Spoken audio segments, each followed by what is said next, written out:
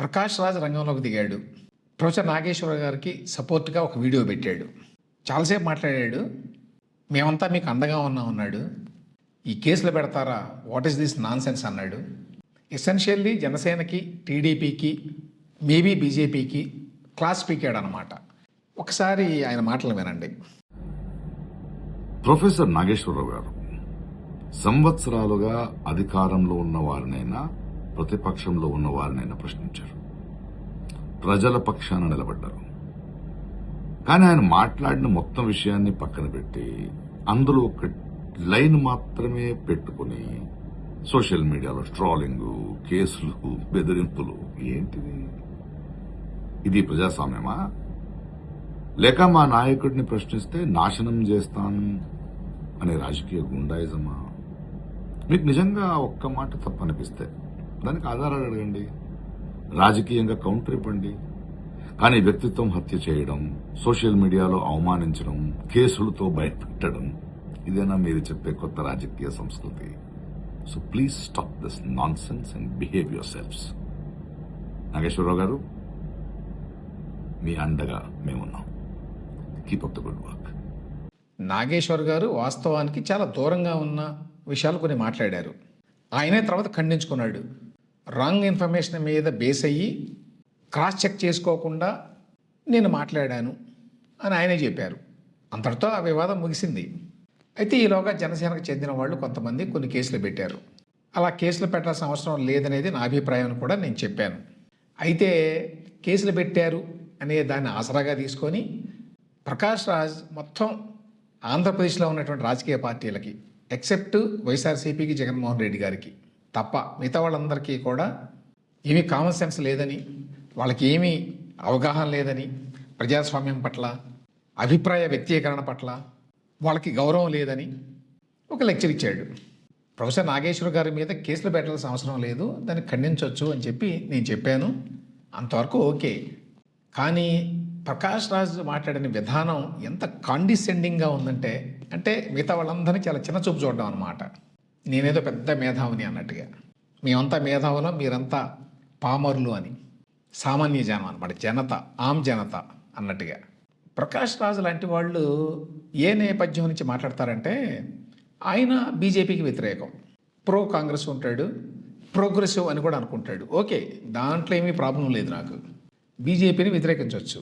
అయితే ఆయన మాట్లాడిన మాటలు దాన్ని ఎక్కడి నుంచి వస్తున్నాయంటే, ఆయన ఏమనుకుంటాడంటే ఈ మొత్తం జరిగినటువంటి ఉదంతాన్ని ఎట్లా అర్థం చేసుకుంటాడు అంటే, నాగేశ్వర గారు ఏదో బీజేపీని, టీడీపీని, జనసేనని కలిపి తిట్టాడు, విమర్శించాడు, దాని మీద వాళ్ళంతా రియాక్ట్ అవుతున్నారు, అందువల్ల నాగేశ్వర గారికి అండగా నిలబడాలి మనం అని చెప్పి అనుకుంటున్నాడు. ఇక్కడ 2-3 విషయాలు ఉన్నాయి. ఫస్ట్ ఇంపార్టెంట్ విషయం ఏంటంటే, ఎవరు గమనించింది, నాగేశ్వర గారు మాట్లాడిన మాటలకి అర్థమేంటి? అసలు అర్థం ఏంటంటే, జగన్మోహన్ రెడ్డి గారికి బీజేపీకి మధ్య ఒక విడదీయలేని బంధం ఉన్నది అని. ఎందుకంటే అమిత్ షా గారే స్వయంగా చెప్పారు పవన్ కళ్యాణ్కి ఏమని, చంద్రబాబు నాయుడు నమ్మొద్దు, అదేదో అవసరార్థం మనం పెట్టుకున్నాం, జగన్మోహన్ రెడ్డి గారు చాలా విశ్వసనీయుడు, చాలా కావలసిన వాడు, అతన్ని నమ్ముకుంటే మంచిది అని చెప్పాడు కదా. దానికి అర్థం ఏంటి? బీజేపీకి వైఎస్ఆర్సీపీకి మధ్య ఏదో బంధం ఉన్నది, వాళ్ళిద్దరికీ సైద్ధాంతిక అనుబంధం ఏదో ఉన్నది, మనకు తెలియంది, వాళ్ళ భావాలు చాలా దగ్గరగా ఉన్నాయి. టీడీపీ తోటి వాళ్ళకంత సాన్నిహిత్యం లేదు సైద్ధాంతికంగా, ఇతరత్ర రాజకీయాల్లో చాలా నమ్మదగిన వ్యక్తి, ఆధారపడదగిన వ్యక్తి, మనకు చాలా దగ్గరైన వ్యక్తి జగన్మోహన్ రెడ్డి గారు అని చెప్పాడు కదా. అంటే బీజేపీకి వైఎస్ఆర్సీపీకి మధ్య చాలా అనుబంధం ఉన్నది అని కదా. ప్రకాష్ రాజ్ లాంటి వాళ్ళు ఏంటి అనుబంధం? పొత్తేమో టీడీపీతో ఉన్నది, జనసేనని చాలా దగ్గరగా పెట్టుకున్నారు, అయినా కూడా వైసీపీనే ఎక్కువ అభిమానిస్తున్నారు అంటే దాని వెనక కారణం ఏమై ఉంటుంది అనేటువంటి అనుమానం రాదా ఈ ప్రకాష్ రాజ్ లాంటి వాళ్ళకి? బీజేపీని వ్యతిరేకిస్తాం అనుకుంటారు కదా. బీజేపీని వ్యతిరేకిస్తే మనం వ్యతిరేకించే బీజేపీ జగన్మోహన్ రెడ్డిని అంత ఎందుకు ప్రేమిస్తుంది? ఎందుకని మంచి మాటలు మాట్లాడుతుంది? ఎందుకు అమిత్ షా గారు స్వయంగా పవన్ కళ్యాణ్కి కృష్ణుడు అర్జునుడికి బోధ చేసినట్టుగా జగన్మోహన్ రెడ్డి గారి విషయంలో అంత బోధ చేశాడు? కాబట్టి బీజేపీని వ్యతిరేకించే వాళ్ళు ఎవరైనా, ఇంక్లూడింగ్ నాగేశ్వర గారు కూడా బ్రాడ్ లెఫ్ట్ వ్యూ పాయింట్ నుంచి వస్తారు కదా, ఆ వ్యూ పాయింట్ నుంచి ఆయన విమర్శిస్తూ ఉంటారు కదా. టీడీపీని కానీ జనసేన కానీ బీజేపీని ఎట్లాగో విమర్శిస్తారు. ఆ వ్యూ పాయింట్ నుంచి వచ్చినప్పుడు సహజంగా లాజికల్గా బీజేపీకి జగన్మోహన్ రెడ్డి గారు ఇంత దగ్గర అని చెప్పి కూడా తెలుసు కదా ఆయనే కదా బ్రేక్ చేసింది ఈ వార్తని, ఈ సమాచారాన్ని. అట్లాంటప్పుడు బీజేపీని వ్యతిరేకించే వాళ్ళందరికీ జగన్మోహన్ రెడ్డి మీద ఆయన పార్టీ మీద అనుమానాలు రావాలి. ఈయన బీజేపీతో పొత్తు పెట్టుకోలేదు, పొత్తు పెట్టుకోను అన్నాడు. కానీ అంతర్గతంగా బీజేపీతో అన్ని సంబంధాలు ఎందుకు ఉన్నాయి, దాని వెనక ఉన్న రాజకీయం ఏంటి అనేటువంటి ఆలోచన రాదా అనేది ఒకటి. టీడీపీని చంద్రబాబు నాయుడిని బీజేపీ నమ్మడం లేదు అని కదా నాగేశ్వర గారి విశ్లేషణ కాదు, ఆయన చేసినటువంటి ఎక్స్పోజేకి అర్థం. ఇక్కడ ఒక విషయాన్ని గమనించాలి, నాగేశ్వర గారు విశ్లేషించాల. ఒక సమాచారం ఏదైనా ఉంటే దాన్ని విశ్లేషిస్తాం. విశ్లేషకులుగా మాలాంటి వాళ్ళని చేసే పని అది ప్రస్తుతం. ఈవెందో గతంలో రిపోర్టర్గా జర్నలిస్ట్గా పనిచేసిన నాగేశ్వర గారు ప్రొఫెసర్గా, లెక్చరర్గా, రీడర్గా ఇట్లా ఉన్నారు ఉస్మానియా యూనివర్సిటీలో. ఆయన మామూలుగా విశ్లేషిస్తారు, కానీ విశ్లేషణ కాదు ఇది, రిపోర్టింగ్ కాదు, ఏదో జరిగింది ఫలానా చోట ఫలానా విధంగా అని చెప్పటం కాదు. This is an exposé. అంటే ఆయన ఒక కొత్త విషయాన్ని బ్రేక్ చేశారన్నమాట, ఒక బ్రేకింగ్ న్యూస్ లాగా చెప్పారు ఆయన. ఎందుకంటే అది ఎక్కడా రాలేదు కదా. బ్రేకింగ్ న్యూస్ లాగా దాన్ని చెప్పటం అంటే అర్థం ఏంటి, జరిగిందాన్ని విశ్లేషించడం కంటే కూడా జరుగుతున్న రాజకీయ పరిణామాలను ప్రభావితం చేయటం అది.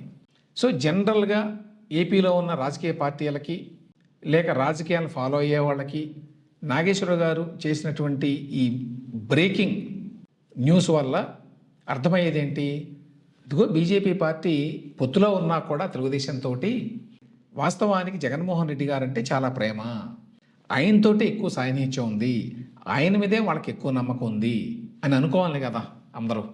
అట్లా అనుకుంటే ఏమవుతుందంటే అప్పుడు జనసేనకే డైరెక్ట్గా అడ్వైజ్ చేశారు కదా అమిత్ షా గారు. కాబట్టి జనసేన జగన్మోహన్ రెడ్డి గారి దగ్గరికి వెళ్ళాలి. అంతేకాదు బీజేపీ అభిమానులు ఎవరైతే ఉంటారో ఆంధ్రప్రదేశ్లో, ఆ పార్టీ కార్యకర్తలు కావచ్చు లేకపోతే అభిమానులు కావచ్చు, వాళ్ళందరూ కూడా మన పార్టీ నాయకత్వం లేక మనం అభిమానించేటువంటి బీజేపీ నాయకత్వం అభిమానించేది జగన్మోహన్ రెడ్డి గారిని. కాబట్టి మనం కూడా జగన్మోహన్ రెడ్డి గారిని అభిమానించాలి, వైఎస్ఆర్సీపీని అభిమానించాలి అని చెప్పి అనుకోవాలి కదా. That is the immediate impact of ఈ నాగేశ్వర గారి ఎక్స్పోజే. సో ఆ రకంగా రాజకీయాలను కూడా ప్రభావితం చేస్తున్నాడు నాగేశ్వర గారు ఈ బ్రేకింగ్ న్యూస్ ద్వారా. ఆ విషయం గ్రహింపు ఉన్నదా ప్రకాష్ రాజ్ గారికి అనేది ఒక ప్రశ్న అయితే, రెండవది నాగేశ్వర గారు మళ్ళీ ఉపసంహరించుకున్నారు కదా తన కామెంట్స్ని. అప్పుడేమన్నారు, ఇదిగో నాదెండ్ల మనోహర్ గారు ఏదో డిమాండ్ చేశారంటున్నారు కదా, అందుకని విత్డ్రా చేసుకుంటున్నాను. ప్లస్ ఆయన ఒప్పుకున్నాడు ఇది రాంగ్ ఇన్ఫర్మేషను, నేను క్రాస్ చెక్ చేసుకోలేదు, ఇట్లాంటివన్నీ చెప్పాడు. గమ్మత్ ఏమిటంటే నాగేశ్వర గారు చేసినటువంటి ఈ ఎక్స్పోజే వల్ల, ఈ బ్రేకింగ్ న్యూస్ వల్ల యాక్చువల్గా ఎవరికి నష్టం అంటే టీడీపీకి, నాట్ టు జనసేన. అంటే జనసేన మీటింగ్లో ఇది జరిగిందని చెప్పారు కాబట్టి జనసేన అబ్జెక్ట్ చేసింది, మా దగ్గర ఇట్లా జరగలేదు అని. కానీ యాక్చువల్గా నాగేశ్వర్ గారు మాట్లాడిన మాటల యొక్క ఇంపాక్ట్, ప్రభావం ఎవరి మీద ఎక్కువ ఉంటుంది, టీడీపీ మీద. ఎందుకంటే టీడీపీని నమ్మకూడదు, నమ్మదగిన పార్టీ కాదు, చంద్రబాబు నాయుడు గారు నమ్మదగిన వ్యక్తి కాదు అని చెప్పి స్వయంగా అమిత్ షా గారే చెప్తున్నారు. అంటే మామూలు విషయం కాదు కదా అది.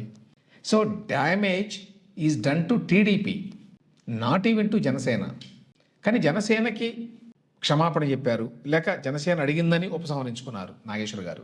టీడీపీ వాళ్ళు డిమాండ్ చేశారని కాదు, అసలు టీడీపీ వాళ్ళు డిమాండ్ చేశారో కూడా నేను చూడలేదు, అక్కడ నాకైతే కనిపించలేదు.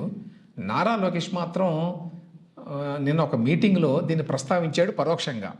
ఏంటి, కూటమి పార్టీల మధ్యలో విభేదాలు క్రియేట్ చేసేటువంటి ఒక ప్రయత్నం, ఒక కుట్రలో భాగం ఇది అన్నట్టుగా మాట్లాడాడు. కానీ నాగేశ్వర గారి పేరు కూడా తీసుకోలేదు. ఒకసారి లోకేష్ మాటలు వినండి. ఈ కుట్ర రాజకీయాల గురించి చెప్పాను. మనం చూసాం ఒక సో కాల్డ్ జర్నలిస్ట్ ఎలా మాట్లాడారు, ఎంత అన్యాయంగా మాట్లాడారు. అక్కడతో ఆగరు.